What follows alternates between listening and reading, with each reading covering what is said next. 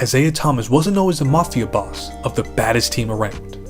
There was a time when the Detroit Pistons were a run-and-gun team, led by one of the greatest floor generals the game has ever seen.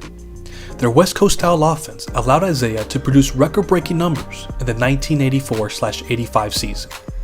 Let's first see the numbers that he put up. He averaged 21.2 points per game on 46% shooting, 13.9 assists per game, 4.5 rebounds per game, and 2.3 steals per game. That assist total is the third highest mark in NBA history. He dished out a total of 1,123 assists. That is currently the fifth most total for a single season. John Stockton is the only player to produce a higher assist per game average and total assist. This was truly one of the greatest seasons from a point guard. When we think of the most dominant ball distributors, we surely think of players like Jason Kidd, Steve Nash, and Chris Paul. But none of them came even close to touching the numbers that Zeke had. There were 8 total games where he had over 20 assists. Out of those 8 games, there were 5 instances where he recorded over 20 points and 20 assists. That also included his performance against Magic Johnson in the Los Angeles Lakers, when he had 30 points and 20 assists and a 23-point beatdown. That right there is the difference between Isiah and the rest of the great point guards throughout history. There was no one that was more dangerous in creating shots for himself and others than Thomas was in a fast-paced offense. According to StatMuse, he has a record for the most games with 20-plus points and 20-plus assists in a single season. He is also the only player to average at least 20 points and 13 assists in a season, according to StatHead.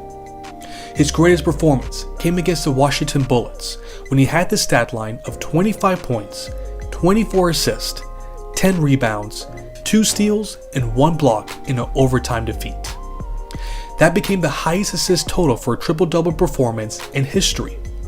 Since then, Rajon Rondo and Russell Westbrook has been able to match that assist total for their respective triple-double performances. This was an offense that was designed to get the most out of the trio of Isiah, Kelly Tripucka, and John Long. In the previous year, the Pistons made the adjustment of spreading the scoring around more evenly and letting Isiah be the primary scoring option. The Pistons' new coach, Chuck Daly, knew that it was only logical to put the ball in Isiah's hands the majority of the time.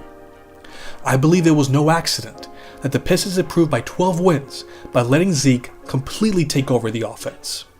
By doing that, Detroit was no longer the laughingstock of the league. They were a force to be reckoned with, and Isiah now had the reputation of being the best point guard in the league behind Magic Johnson.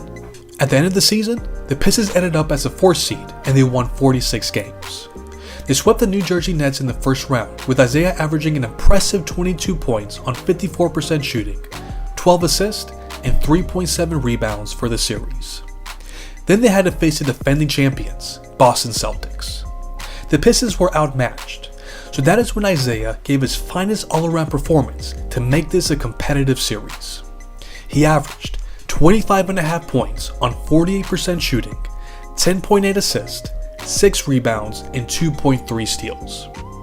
He gave Boston a taste of what they were going to have to deal with for the years to come. For example, look at what he did to them in Game 3. He had 26 points on 50% shooting, 16 assists, 4 rebounds, 3 steals, and only 2 turnovers. He was running circles around the defensive legend Dennis Johnson, and there was nothing he could do to stop him. However, I'm not going to act like he was the only player who performed well in that series. Vinnie Johnson in Game 4 got scorching hot in the 4th quarter, and he scored 22 points in the final period that allowed Detroit to tie the series at 2. Listen, they don't call him the microwave for nothing. But in the end, the Celtics were just too deep, and there was nothing Isiah could do to compensate for that. They ended up losing the series in 6 games. But for him to put up those kind of numbers against that team shows how great he was during that time. This is the version that we should be talking about more. We always point to what he accomplished in the Bad Boys era in the late 80s, but the style of play that the Pistons were playing prior to that is what showcased his biggest strengths. He looked like Magic Johnson out there with the way he would push the tempo and find open cutters at the basket. The defenders were always on their heels when Thomas had the ball, but they had to be very attentive to his pull-up jumper at the top of the key. When he was running the half-court offense, he sliced the defense without any fear. His ball handling skills were immaculate and allowed him to get to the painted area whenever he wanted. This is where he expressed his true creativity. He could finish at the rim by converting on all sorts of tough layups, or he could get 3 defenders up in the air and somehow drop the ball off to Lambeer, Dan Ranfield, or John Long for an easy basket. You would watch him play and think to yourself, he could have put up even crazier numbers if he wanted to. Chuck Daly observed the same thing when he mentioned this to reporters during the season. Quote, Isiah could score 35 a night or more if he wanted to, but he wants to keep everybody happy. He's one of the really gifted athletes in the league. End of quote.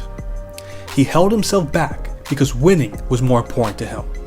He had all the championship qualities necessary to win. He just needed the right pieces around him. That would come later, but we don't want to forget what he accomplished before he was winning championships. He quietly had one of the greatest seasons from a point guard ever.